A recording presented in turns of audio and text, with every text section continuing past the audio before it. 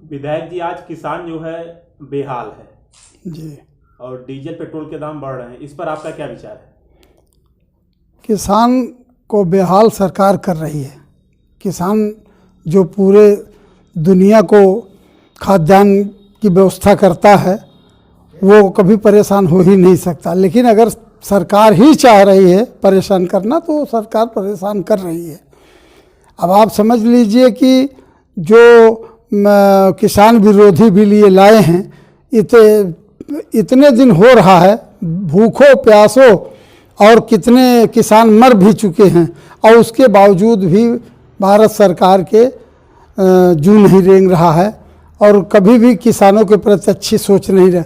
किसान तो बेचारा पानी की सिंचाई करने जाता है इस भयानक ठंडी में, जहाँ कोई नहीं पहुँच पाता, मतलब किसी धरना प्रदर्शन में समय से नहीं पहुँच पा रहा है या अपने रोजी रोजगार पे समय से नहीं पहुँच पा रहा है, लेकिन किसान ठिठुरती रात में, ठंडक की भयानक रात में ठिठुरते हुए वो जाता है मेड़ पे सिंचाई का काम करता है और अगर उसी खरपतवार या मेड़ पर कोई सांप वगैरह बैठा हुआ है तो पता चला सांप ने डस लिया, अकाल उसकी मृत्यु हो गई। और इसलिए मृत्यु हो गई कि इनके प्राथमिक स्वास्थ्य केंद्र पर कोई व्यवस्था नहीं है। तो जी, आज देखा जा रहा है विगत कई दिनों से आपके द्वारा, आपकी पार्टी के द्वारा साइकिल यात्रा निकाली जा रही है। जी भैया, तो साइकिल यात्रा के जरिए आप क्या संदेश देना चाहते हैं यूपी में? साइकिल यात्रा के हम तो माननीय अपने नेता माननीय राष्ट्रीय अध्यक्ष माननीय अखिलेश यादव जी के निर्देशन में हम लोग काम कर रहे हैं।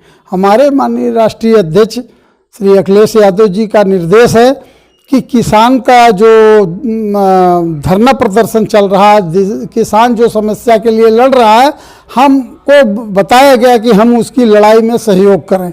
उसकी लड़ाई में सहयोग हम वहाँ दिल्ली न पहुँच करके गांव-गांव में हमने साइकिल यात्रा के जरिए गोष्ठी करके, बैठक करके किसानों के हित के बारे में चर्चा किया और किसानों का जो नुकसान हो रहा है उस पर भी विस्तृत चर्चा कर रहे हैं पार्टी के पदाधिकारी लोग।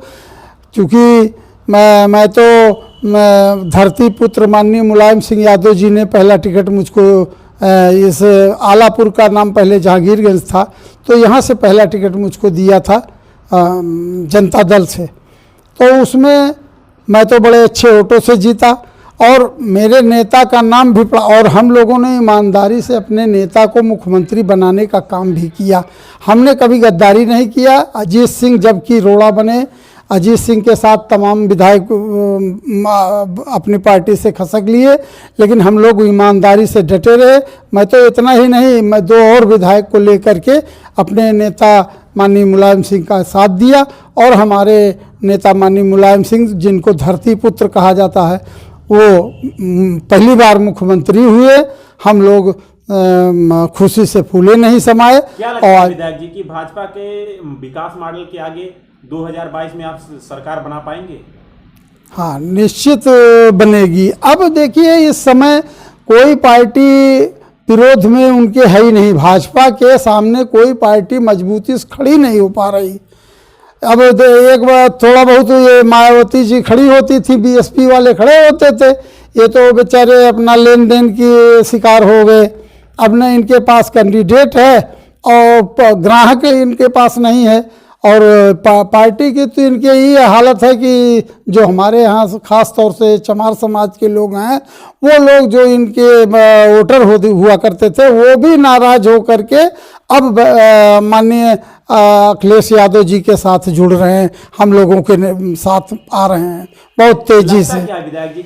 हाँ, यही मैं कह रहा हूँ कि माननीय अखिलेश यादव जी और उनकी पार्टी के अलावा कोई मजबूती से भाजपा का कोई काट नहीं दे पा रहा है। जो कुछ कई दिनों से, कई महीनों से देखा जा रहा है कि मूलतः आप रहने वाले टांडा के निवासी हैं जी, और वहां से लगातार सुबह 8 बजे रामनगर में आ जाते हैं, तो आप जी, इतनी मेहनत करके क्या संकेत देना चाहते हैं आलापुर? ये हम तो अपने नेता का मान सम्मान बढ़ाने के लिए लगे हुए हैं। हमारे नेता का मान सम्मान बढ़ेगा तो देखिए, हम पार्टी सत्ता में आएगी तो हम लोगों का मान सम्मान अपने आप बढ़ जाएगा और खास तौर से मैं रविदास समाज के लोगों को मैं जानता हूं कि ये सत्ता के नज़दीक जब भी ये लोग रहे फ़ायदा उठाए। आज सत्ता बनने जा रही है माननीय अखिलेश यादव जी की, मुख्यमंत्री होने जा रहे हैं, तो प्रदेश में सरकार बनने जा रही है और ये लोग आकर के हम लोगों का साथ दें और अच्छी तरीके से सत्ता के साथ रहेंगे तो इनका ज़रूर लाभ होगा हर तरीके से। आज देख रहे हैं आप, मायावती जी का ज़माना था, उसमें भी इंदिरा आवास में घूसखोरी नहीं रुक पाई थी। तो जो इनके हमदर्द अपने को बताते हैं वो लोग भी नहीं रोक पाते घूसखोरी।